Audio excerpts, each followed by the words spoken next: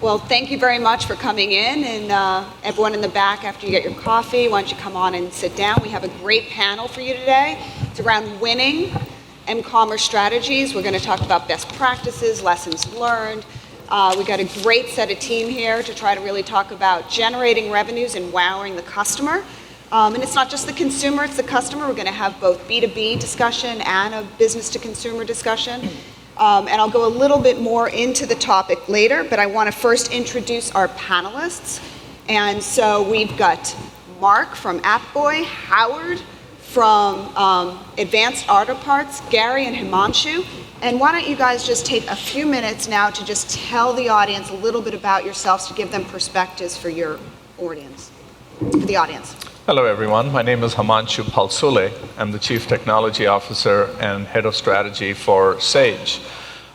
Sage is a global company. We build financial accounting applications, CRM, payroll. We have about 3.5 million customers in North America.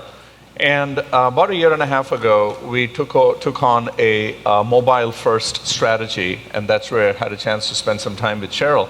So I'm pretty delighted from a B2B perspective to share with you any insights that we've gathered on what it means to build mobile solutions for businesses. Gary? My name is Gary Penn. I'm the Director of Global E-commerce for True Religion brand jeans. We're a premium denim company and sportswear based out of LA. Relatively new to that job. Prior to that, I was running e-com operations for Quiksilver, which was Quiksilver, Roxy, and TC Shoes brands. So I've spent the last 10 plus years on the brand side, specifically in B2C. Hi, I'm Howard Blumenthal. I'm the Director of Platform Solutions for Advanced Auto Parts. Advance is the second largest parts retailer in the United States. We have over 4,000 locations, none in California, however. And in addition to the consumer side of the business, we also have an entire commercial side of the business, providing parts to tens of thousands of mechanics and auto body shops, literally every 30 minutes. I'm Mark Gurmazian, co-founder and CEO of AppBoy. We're a CRM marketing automation platform for mobile apps.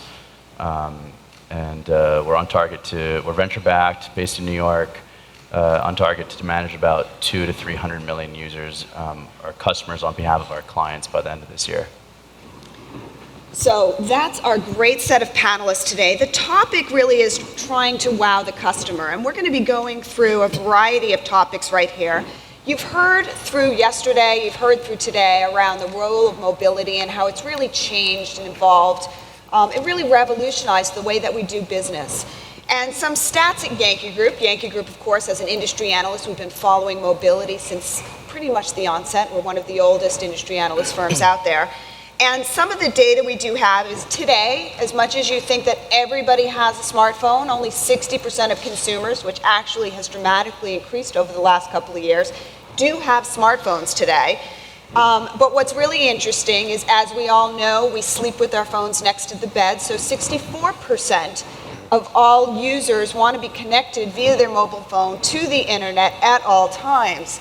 And that even goes higher when we're talking about our kids, and now we're talking about sleep texting. So it is near and dear to our hearts. But coming back to the topic at hand, when we talk about revenue and revenue generation and listening to payments and where it's going across the industry, one of the things I do like to point out is mobile commerce adoption.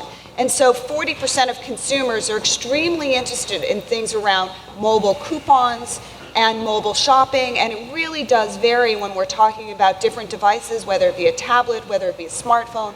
So we're really going to go over some of these stats today.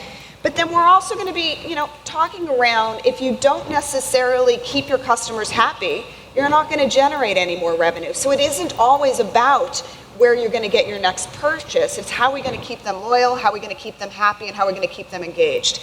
And I do want to point out that from a stats standpoint, mobile phones have literally dramatically changed the way we actually interact and care for our customers.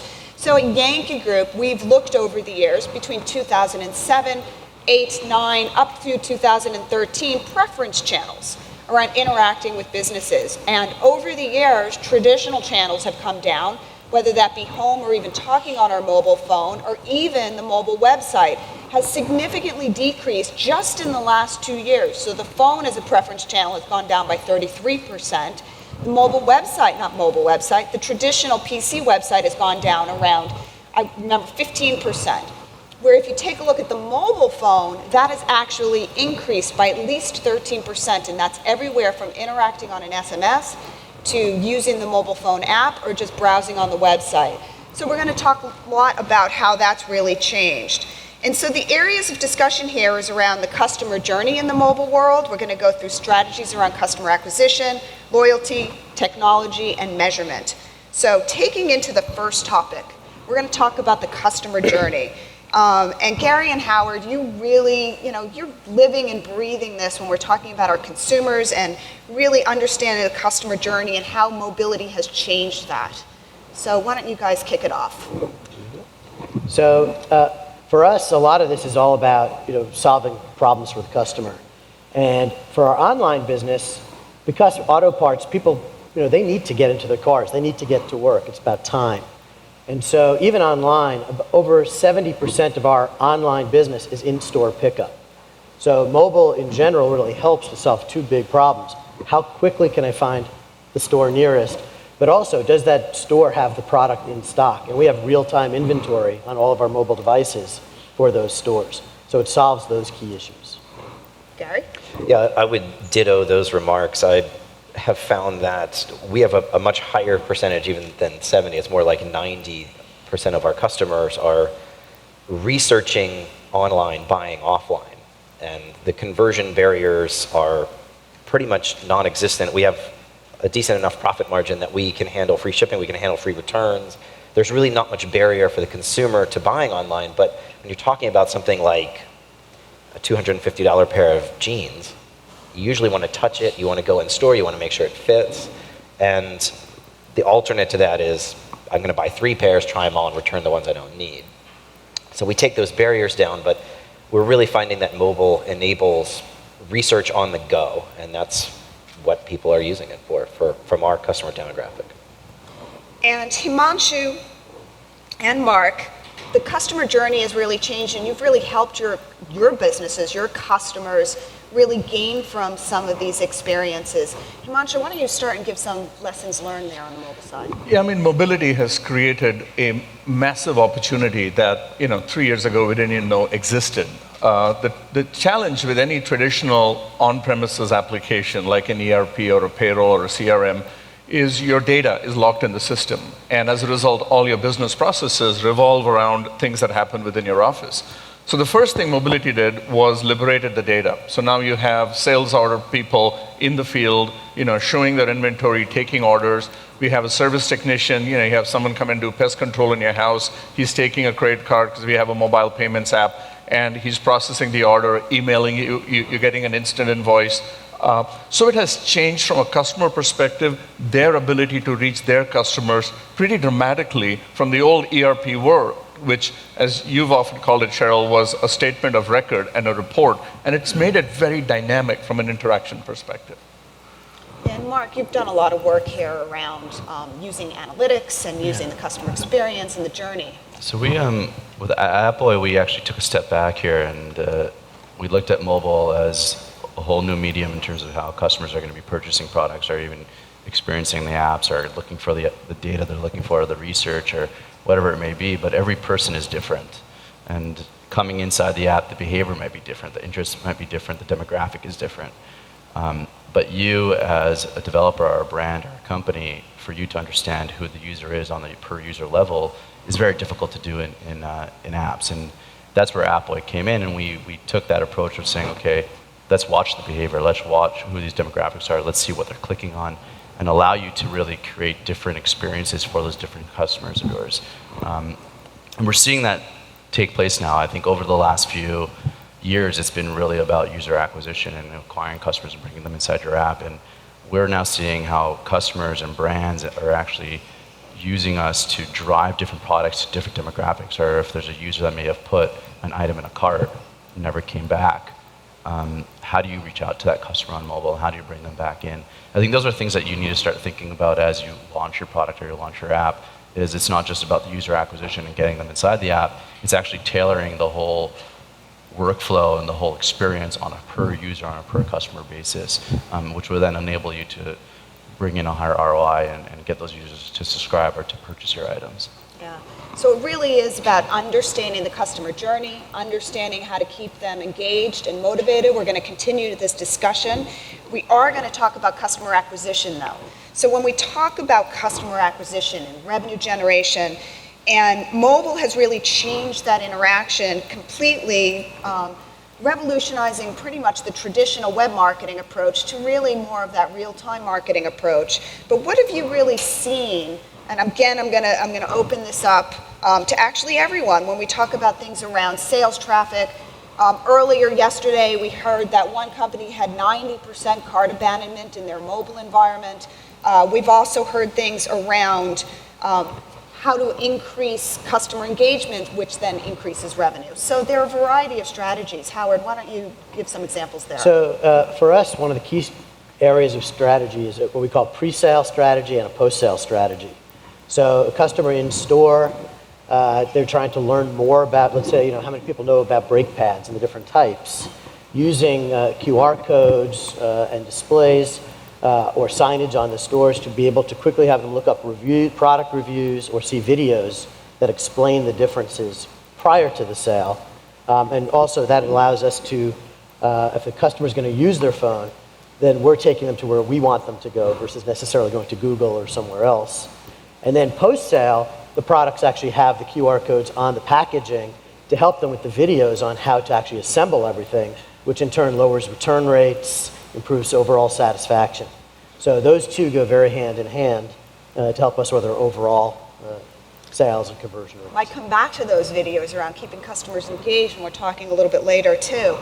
And Gary, when you have some great examples around, it might not be necessarily from True Religion, maybe some of your past examples around just increasing and decreasing some of that cart abandonment and the revenue generation side.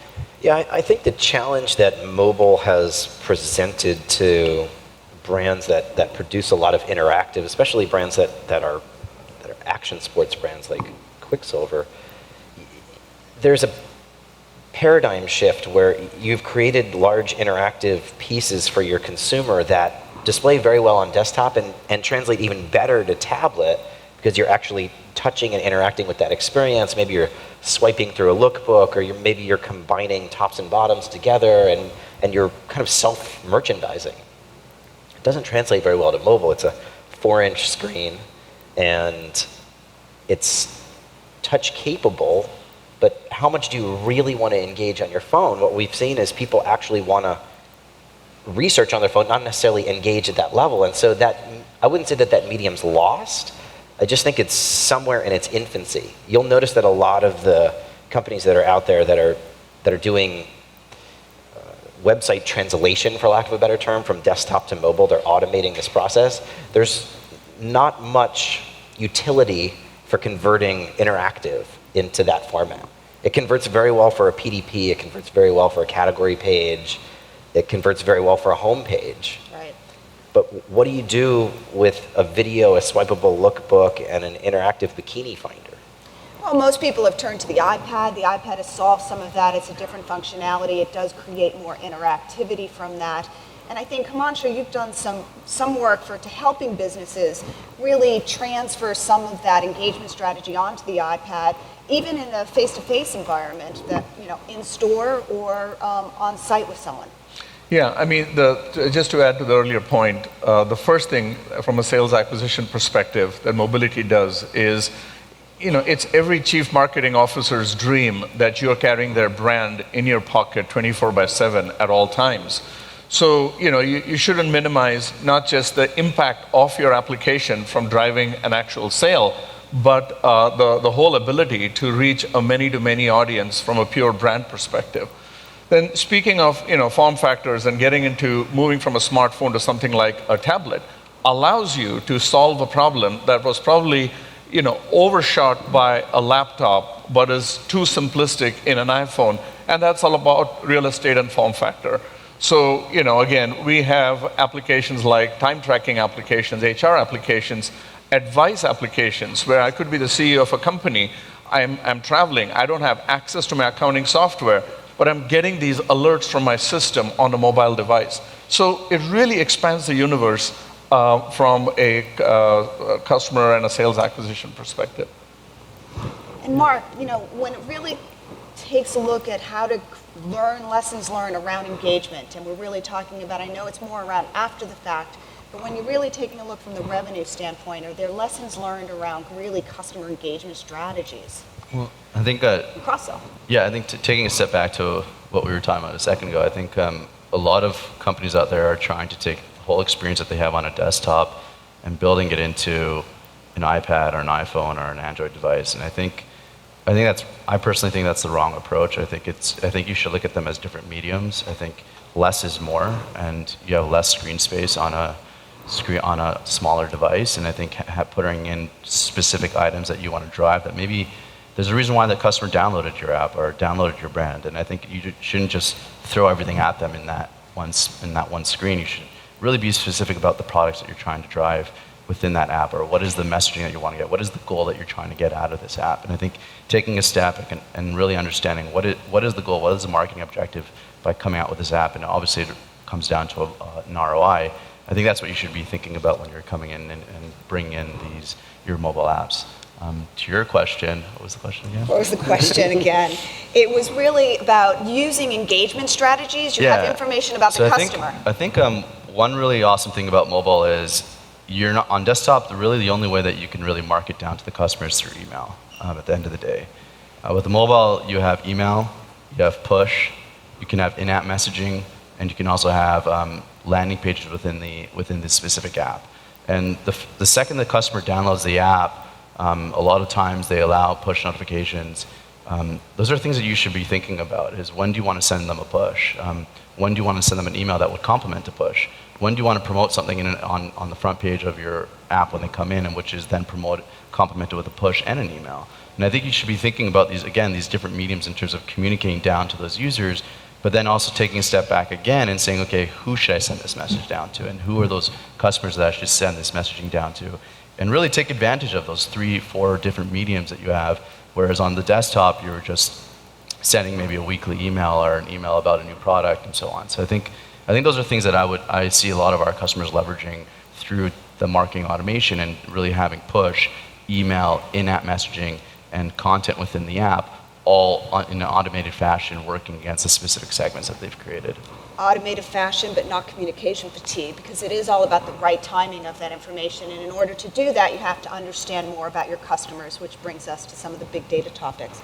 But before we move on, to other areas around keeping customers happy, understanding different technology changes, I do want to bring it out to the audience now. Someone is out there with a microphone. I actually can't see anyone with the lights.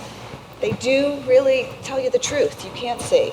Are there any questions out there from the audience around customer acquisition, retention, revenue generation, and the customer journey? Got a question over here. I think I see one hand. Sorry, could you share your worst mistake, your most expensive mistake that you have made? Because that's probably the most valuable to us. Thank you. Most expensive mistake that either one of you have had. Does anyone want to admit their most expensive mistake? I don't know if it's the most expensive, but the biggest learning is the experience factor on a mobile app shouldn't be taken for granted. So we all, and I don't want to get into a technology discussion on is it HTML5 or is it native or what, but initially the rush to get to mobility was simply take what's on your desktop and reproduce it on a mobile device. And then you would see people really struggling with that user interface. And in fact, it created a poor experience for the brand. So while it is more expensive, right-sizing what you're trying to serve up in the environment native to the application and the device being used is a huge learning for us.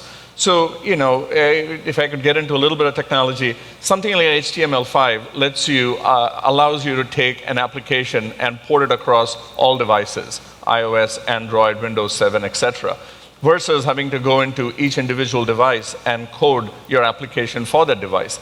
I'll tell you from experience, it's night and day. So, you should be careful as you set out investments right up front, understanding that user experience, that whole sense of instant gratification that mobility brings is going to be a make or break for your application. So that was a lesson we learned quickly. I would say that the biggest mistake, I don't know if it was the most costly, but it was probably also the most costly, is assuming that you have to change platform necessarily to get change in your business. So that is partially driven by the need for mobile. It's also partially driven by the need to improve your desktop site and your tablet availability and your uptime. And there's a variety of reasons that people re-platform. But in my experience, the nature of re-platforming takes your eye off the business for an extended period of time. Because no matter how much you want to compress timelines on any project, it takes 9 months to make a baby. It doesn't matter how many doctors are in the room, how many developers you hire, the baby has to cook in there for a while. Sometimes longer. Yeah, sometimes longer. And that period of time takes your eye off of running the business. And what we've heard, I think, over the last 2 days is be agile, iterate, be agile, iterate. That's the opposite of replatforming. And so there are reasons to replatform, but in my personal history, I've been through several replatforms, and I don't think that they were mistakes, but they are the most costly thing that has happened from a resource and eye off the ball perspective. Yeah. I think one of the things that, first off, you should fail. If you're not failing sometimes, then you're probably not trying hard enough. I think the key that we've learned, because we've paid the price a few times, is planning an exit strategy for failure up front. How are you going to communicate to those customers when that app isn't working correctly, or that service has to be discontinued, or that loyalty program found out wasn't cost effective? So I think that's where you sometimes run into the biggest customer problems, is not planning if something goes wrong up front. And so that's something we do all the time, is every time we have a new release, every time we introduce a new campaign style or new strategy format, is what if it goes wrong? What is the right process? How does our customer care handle it? How do we communicate? I think that's really the key. I think paying attention to what's working and what's not, and honing on what's working, and not trying to continuously try to fix what not's working. If it's not working, there's a reason why it's not working, and things that are working, maximize on that and build on that. I think also sometimes a lot of people try to do too much at once, and I'm a big fan of focusing on one platform. For example, kick ass on iOS and get that done. And when you have that done, then replicate it on Android. I think when you're trying to manage iOS, Android, mobile web, you have 3 different platforms, 3 different technologies, and you're just trying to figure it out, what's working, what's not across all 3, you're really spreading yourself too thin. And I see that with a lot of our customers, the ones that are doing really well. Some of them only have an iOS app. And those are the ones where you're seeing the highest engagement, the highest retention. You're seeing the users coming back just because they really understand the experience that they need to deliver on an iOS device, whereas they're not putting so much focus on Android. So I'm not saying there's a right or wrong between iOS and Android, but I'm a big fan of focusing on one, killing that, and then going on to the next. More questions from the audience? If you do, can you just stand up so we can see you? Sometimes it's hard to raise the hand. Yep. Oh, yes, right here. Let's come. That's okay, they come around.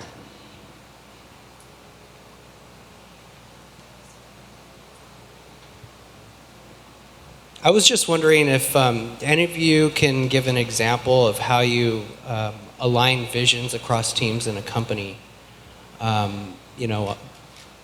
for a product or a service.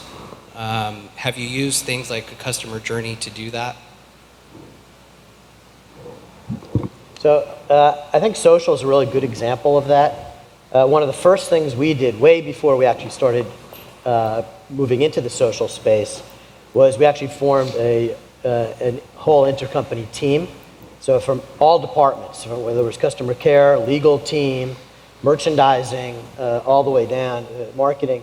And very first thing was actually, as a group, built what the company policy was going to be. That was really key. Get that all done and nailed first. Got that out.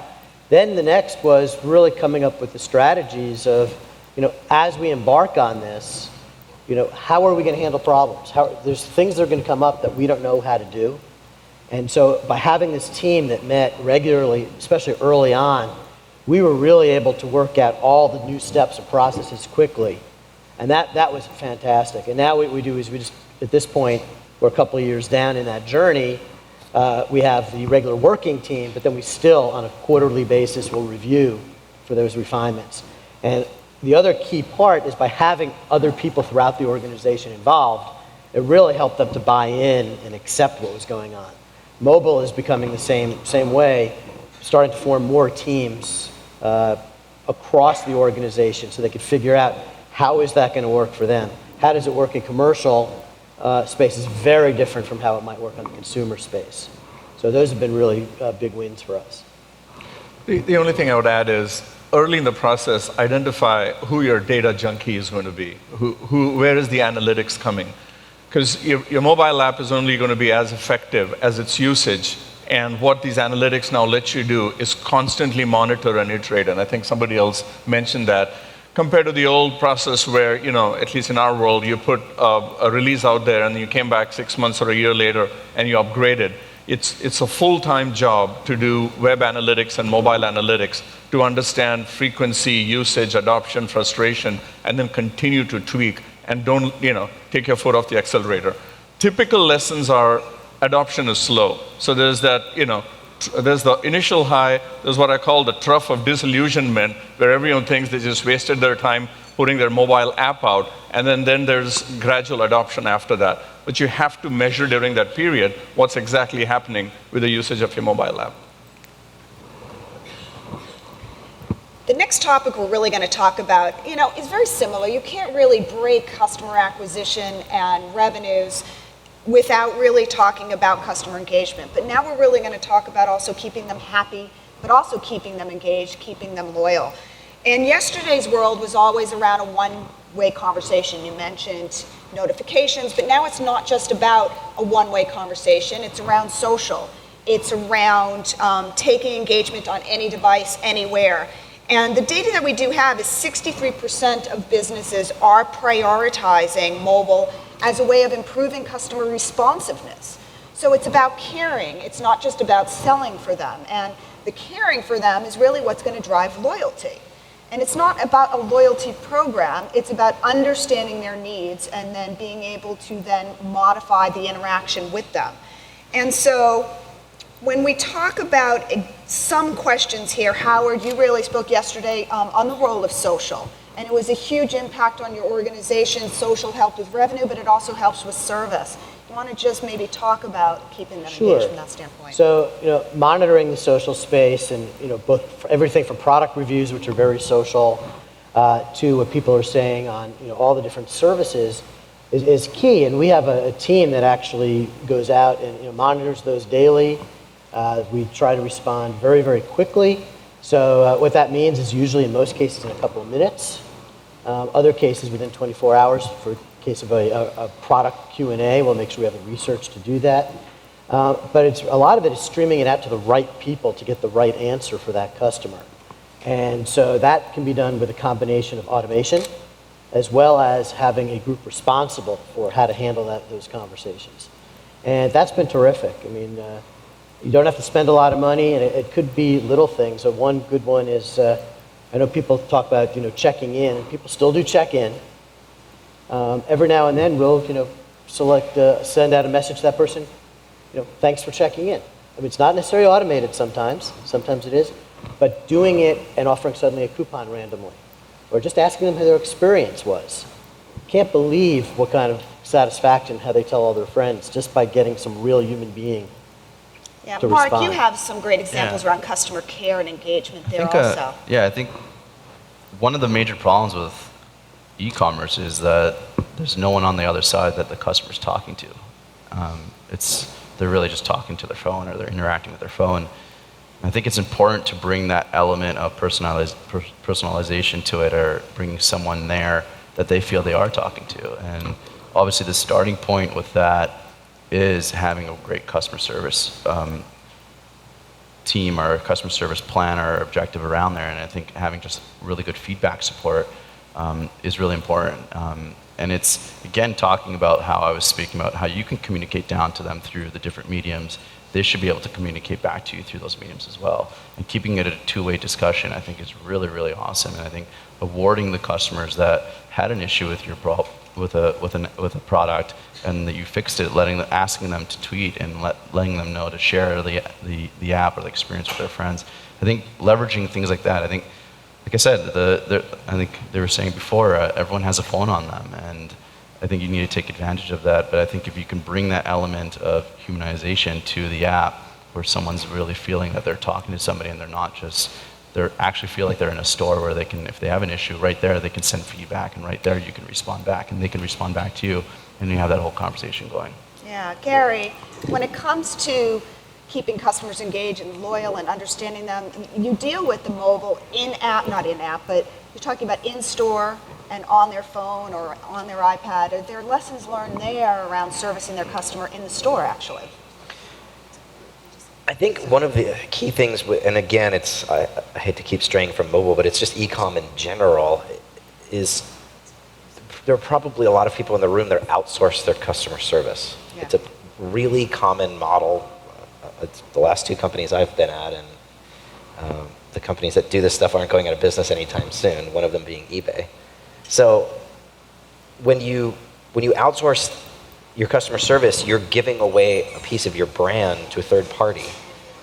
It's not that third party's not incented to help and sell, and usually they're getting some type of commission off of phone sales, but it's super, super important to bring those people into the loop, right? Zappos is obviously the most successful. They're world-renowned for the customer service. And one of the reasons of that is those people are inside the company, and it's pervasive in the culture.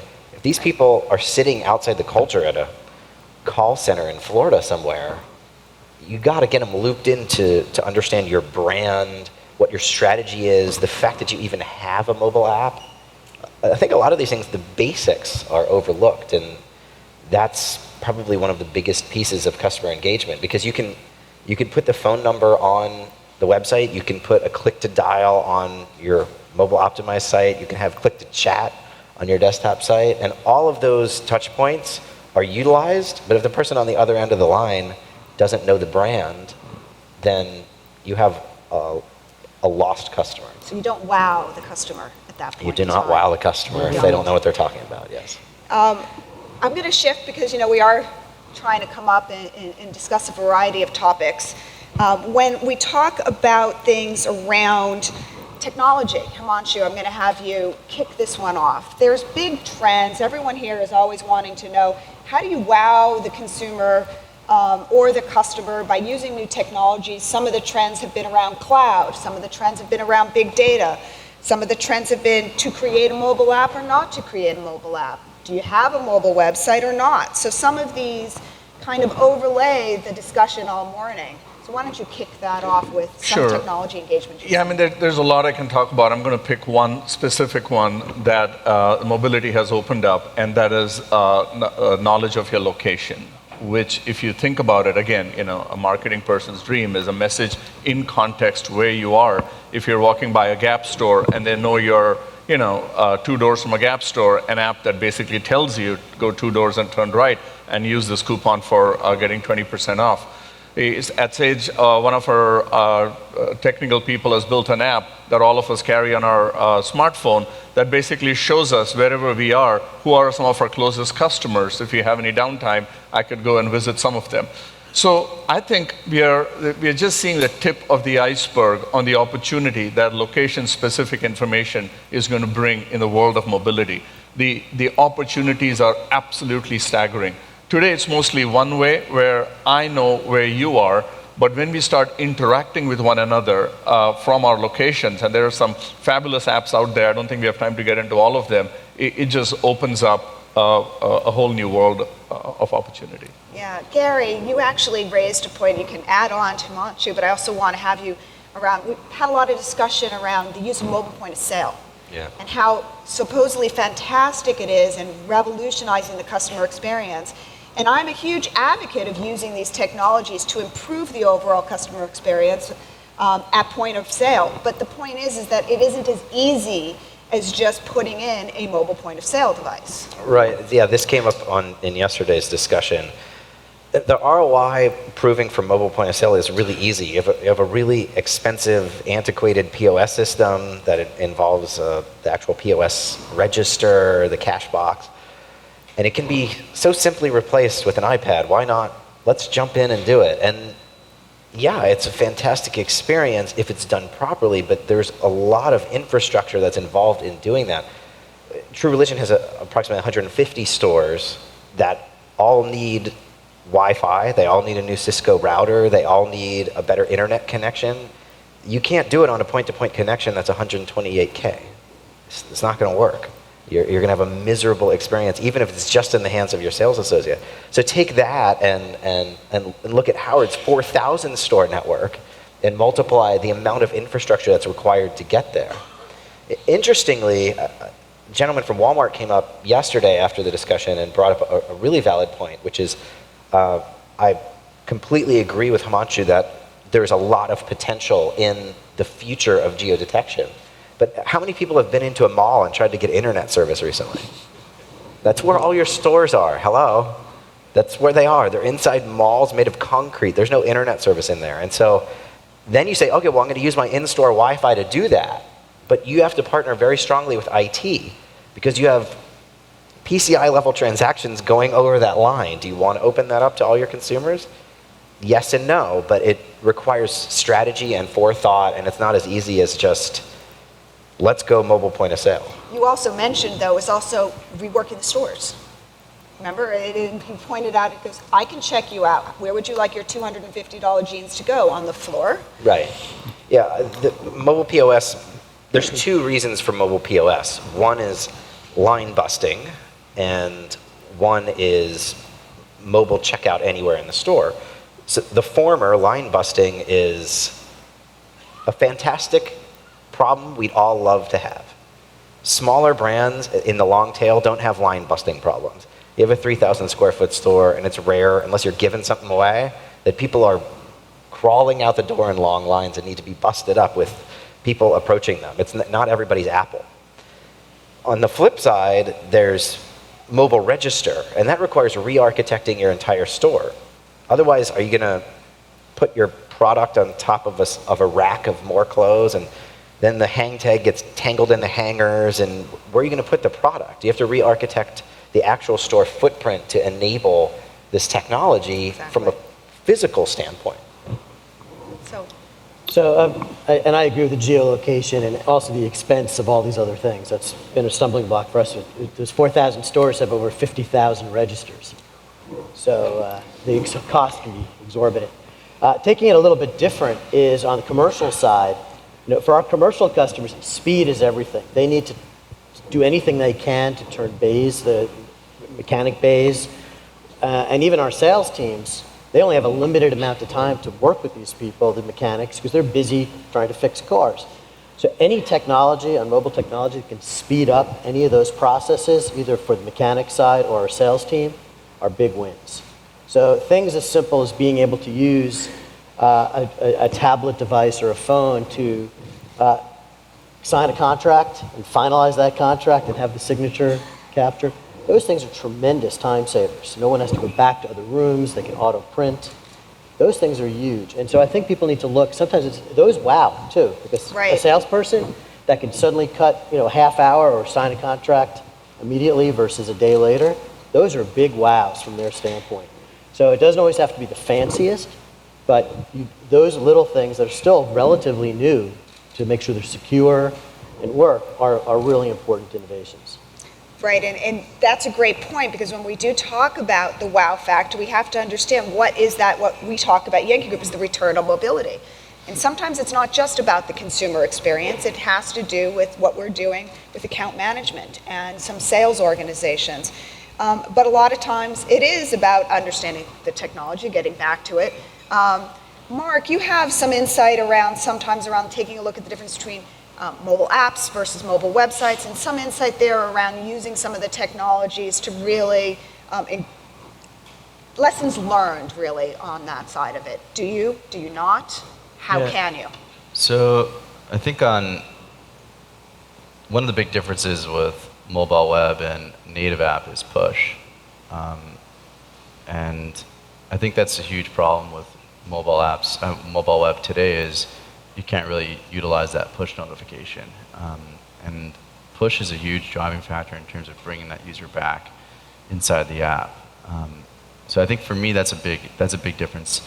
And I also think the whole experience, although the technology is getting more and more advanced on mobile web, I think the whole experience within native apps is different. And one big point is your distribution. You have the Apple Store and you have Google Play, which are distributing these apps for you. When you have a mobile web app, there's nowhere really to go distribute your app to. There's no one that's going to start promoting it or where the customer's going to look for this app. So I think a lot of downloads of apps is you're just sitting on your phone, you're playing around, and you come across an app in the Apple Store or Google Play. To go find a mobile web app outside of those two distribution points is very difficult, and I think you need to leverage that. I think those are two, just staying away from the technology, but also going into how you acquire these customers. I think that's why I personally am a big fan of the native approach, just for those two reasons. That's okay. So before we get to the final audience question, so start thinking of some of your questions. I'm going to shift it more towards measurement and return on mobility and where it's really going around understanding insight, then applying that, or really taking a look at what we can do with a sales effectiveness standpoint. Who wants to start out on that? Because it is a tough topic to really measure the impact of mobility. And don't all raise your hands at once. Okay. So we do have, tracking in place, and there's lots of tools out there that can do it. And typically, I think you start with putting in the similar tracking for some of the same kinds of things that you do on a regular mobile site. That's usually the typical way. But then you really have to look at what is the difference. How do customers use mobile differently? And I think that's where it gets really tricky. Conversion rate is typically just about the sales, but online it may be going across different channels. It may be part of their journey in the purchasing decision. And so I think a lot of companies are struggling right now is what are the different paths and how do I change? Are there different conversion events I need to measure? Is there the one just about driving traffic to our stores? And then does that create the sale in the store? And how do I measure that? The attribution aspect. Exactly. So we're actually in the midst now of really trying to understand which are the different paths and what kind of customers, so we can separate out those types of conversion events to understand what pieces need to be changed and modified and optimized. I think the other piece and we was talked about some other sessions, that's really complicated. It's not just attribution of which channel drove it, but it's identifying almost a constant session, because people are using multiple devices in their purchasing decision now. And in a sense, that's not, they might be doing the research first on a mobile device when they have 3 minutes. Then they come home and make the purchase. Then they, might be waiting, getting that push notification or that it's a notice that it's available for pickup. Is that one session? Is that 3 sessions? Right. And that's separate from attribution, which may have been 3 or 4 different marketing events that took place before they even started that first journey.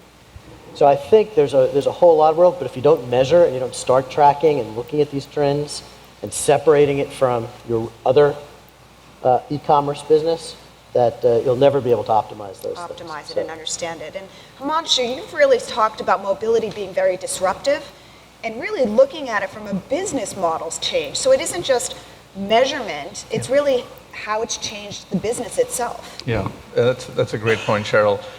It does turn your business model on its head. Everything from revenue seasonality, revenue recognition, revenue predictability. To your point again, revenue comes in multiple phases.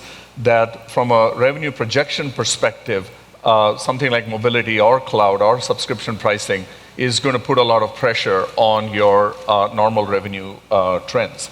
So that is something that you have to factor for from a business model perspective.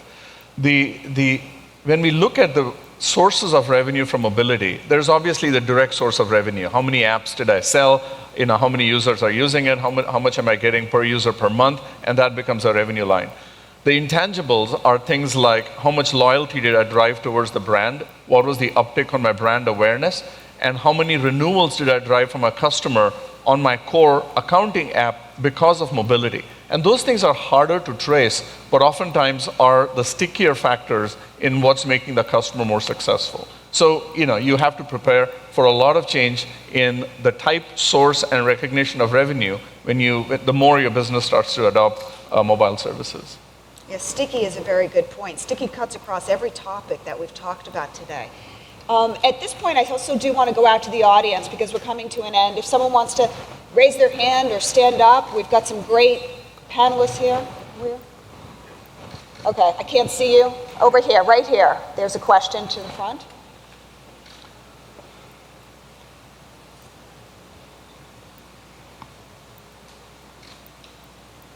What difference does it make using Android or iOS for mobile commerce? Android or iOS for mobile commerce, our topic for today. Who wants to take that? So we do not use, for our consumer side, we use a mobile optimized web as opposed to apps at this stage. Going to those reasons offline. But for us, it's very different, and not just even the devices, but even the ISPs, because the devices work differently. The customer satisfaction with them is different. There's a lot of ISPs, for example, today that have their cookies turned off as the default. Well, that's really impactful in an experience for the customer. So what's the right way to message that? Other ISPs don't have that turned off. So you need to actually build based on not just what the customer's problem they're trying to solve, but how their device works to make sure that communication, that information is showing up. Yeah, I mean, in the old world, there was just one experience, and that was the Windows experience. As long as your product looked like a Windows product, people accepted it. That has completely changed. I have a great demo that I show of the same application on an Android and an iOS. The expectation of the user is your app works like the rest of the apps on that device, not the way your app works on-premise. So your calendar controls, your swipe, your scrolls, all of that have to change to reflect the device. And to Mark's point, going native allows you to do that. It's a little more expensive, but it's a price that you have to pay. Yeah, Mark mentioned earlier, do iPhone and do it well, and get that done. And I would agree with that philosophy. Not the least reason of which is that Adobe Marketing Insights and every other research paper basically says people with iPhones buy more stuff. So why wouldn't you choose that first? Not that I'm anti-Android, but if you got to choose where your budget goes, and I live in a budget world, I'm going to choose the one where people are converting at a way higher rate, have higher demographic household incomes. And they also tend to be female sometimes. And to Howard's point, have a higher satisfaction with that device. They're stoked to use it. Don't you want your customer to be stoked within your app? If they're miserable and using Android, whatever it is, 3.x, and they're slogging through it, it's not going to be the same experience. So start with where the money is, then expand out to the long tail. Now, it is 50-50 for Android versus iOS. So, Mark, do you have any examples of lessons learned within your own organizations, with your customers? Between Android and iOS? So first, high level, I don't think there is a difference. I think it's really picking the one that your resources are able to maximize the best on, and which one the demographic you're going after, which I guess medium fits that. Is it iOS or Android?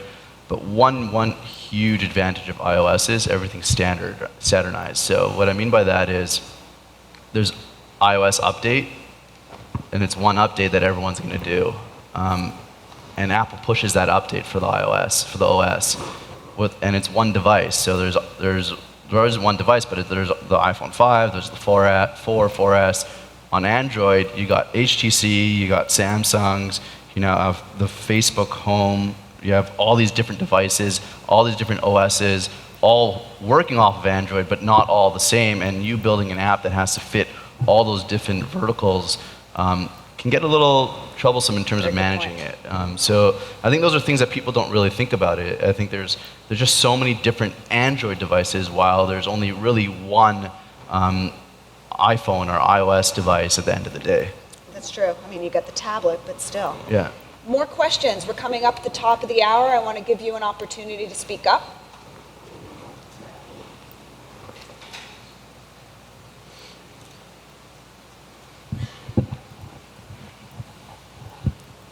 Hi.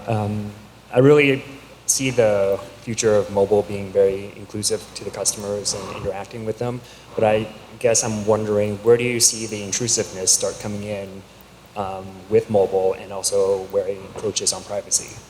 I think that was about intrusiveness. It was a little soft. Was it intrusiveness around the customer Intrusiveness, experience? correct. Yeah.